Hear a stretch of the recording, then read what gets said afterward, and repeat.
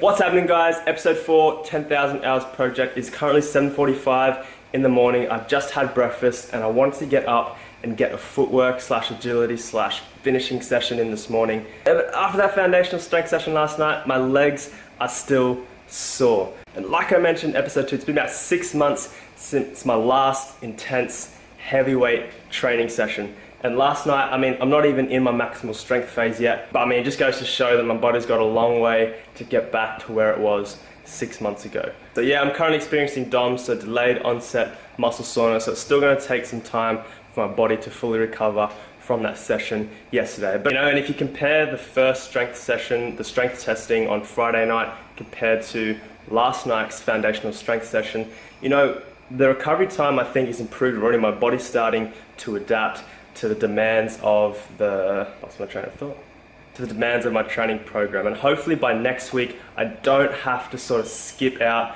just because of my muscle soreness. I can actually go through my training program during the week without any delay, without any interruptions. So the plan for today, and since it's a Tuesday, I've got team training tonight at 7 p.m. and before that, again, I have my individual training session with my teammate Fuda. So I was going to do an injury prevention, again another flexibility training session in the gym during the middle of the day, but I'm currently really busy with work at the moment. My business is starting to kick up. I need to do some branding and all this stuff that you guys probably don't care about. That's okay, so I'm gonna get my work done today, and later tonight after my training session, I'm gonna make sure I get to the gym and get my general conditioning training session in. So there should be absolutely no excuses to get your training in, guys. I've got no time during the day, so I'm gonna make time at night. If this goal really means something to you, you will make time for it, whether that's getting up 2 hours earlier or whether that's making time later at night.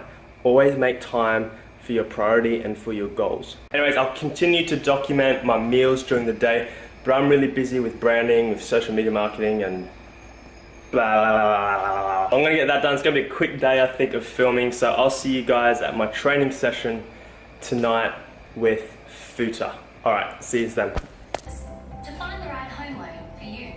No lining up at the bank or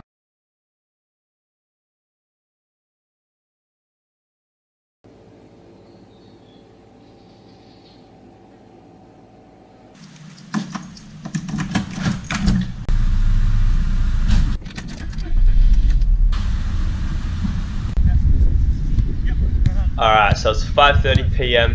and every Tuesday and Thursday before my team training session, I always have an hour individual session with my teammate Fuda. We just work on a bunch of different technical aspects of the game, just trying to sharpen our dribbling up, our passing, especially our first touch as well. Here we're just working on our directional first touch. Basically with every pass, Fuda calls the ball while I'm inside the box. He'll either call yellow, blue, turn, or man on. And I've got to plan and act accordingly to his commands. This just helps you get switched on during the game, and also listen out for real game calls such as man on, time, and turn. Now just noticing while I'm doing this voiceover, I can see I'm not quite as sharp as I want to be. Look, as I turn around the cone, I'm not bending down low. I should have a low center of gravity as I turn around the cone. I know I shouldn't be too hard on myself, but it's just frustrating watching this. Now moving on to the exact same drill, except this time we're dealing with the ball in the air. So we've got to direct our touch while the ball is in the air. Now the training volume is exactly the same as the last drill, so we do 6 sets in total, doing 10 reps. So Fuda's going to call the ball 10 times, then we swap over and I'll have my 1 minute rest while I feed for Fuda. And we do that 6 times in total.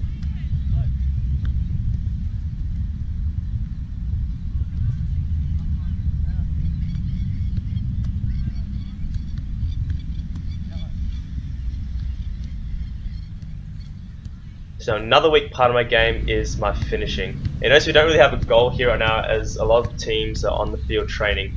So just improvising using the big net behind us. So here, and I apologise you can't really see the passing before the drill starts, but we're just playing 2-1-2s and then direct my touch towards the linear dribbling. Let's go through playing intricate touches. I was pretty happy with my dribbling here. I think this one was a bad one. I was off balance. Yeah, see how my footwork was bad there? See, I was lazy and I just made a big massive leap to that ball and I was caught off balance. That's where you need that little shuffle before you have your shot. Get that footwork right. Then this one was a little better. I directed my touch more onto the side. And I think this one I had a bad range of motion as well. Yeah, see, I didn't open my hips enough during the shot. There's a lot of technical things that I need to work on with my finishing. I'll definitely be going over that throughout the project. So here we are after my team training session. This is the general conditioning session that I wanted to do earlier during the day, but I just didn't have time. So I'm making up the time now. So if you guys saw episode 2 of the 10,000 Hours project, I'm pretty much doing the same exact general conditioning exercises. Now I'm going through my flexibility, so just basic stretching, holding for 30 seconds each. Again, this resistant band one, this tells me how tight my hamstrings really are. I feel like out of all the muscles, the hip flexors and my hamstrings, they're the ones that tighten up the most for me. And as you saw, I'm not hitting that 90 degrees that I'm looking for with my flexibility. So in all these stretches that you're seeing, these are basic stretches, again, that you guys should know. I think these exercises are pretty straightforward enough. You know, I just want to be showing you and documenting the fact that I'm doing this. The reason I'm showing my general conditioning sessions is I want to encourage you guys to go out and do the same. I think flexibility and stretching, that's a really neglected part of a lot of aspiring footballers' training program. Definitely add these stretching, foam rolling and mobility techniques into training, because trust me, they'll really benefit you in the long run. So I'll actually talk about this one right here. It's not what you think it looks like. I'm using a ball to massage my hip flexors, really focusing on the niggly areas and the tight areas. I also use it for my feet as well, as they can ache quite badly, especially if you're training every single day. Alright, so here's something new for you guys. I'm doing some upper body mobility. I'm really just trying to increase that range of motion in my upper back and shoulders, as they can get quite tight from the weightlifting that I perform. And all that's rotating is my upper back and my shoulders. I'm just trying to keep my head, spine and core aligned as I rotate, and also helps with my posture as well. And that's pretty much it for the conditioning session, guys. So it was a great 1 hour hit out. I feel a lot better after this session.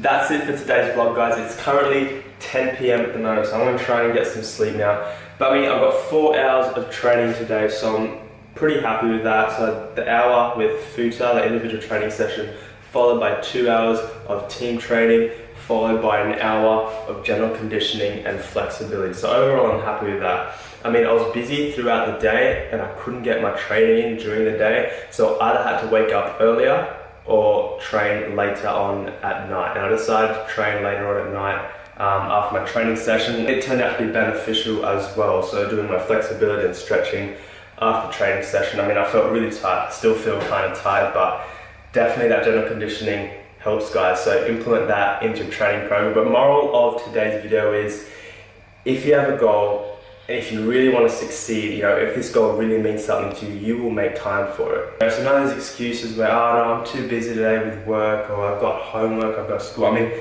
that is important to you as well, guys, but you know, there's surely an extra hour, okay, or 2 hours during the day, you know, wake up earlier or train later after dinner where you can make progress with your football. Alright, so if you enjoyed this video, hit that like button, comment down below your training log for the day. I answer every single comment and I'm watching every single one of you who's been committed and who's not. But for those of you who have been committed, keep this project up, keep the training logs coming. I love them, guys, they're so in depth as well. If you're new to the channel, guys, please consider subscribing, and if you're keen on joining the 10,000 Hours project, in the description below and it'll tell you exactly what you need to do to join the project.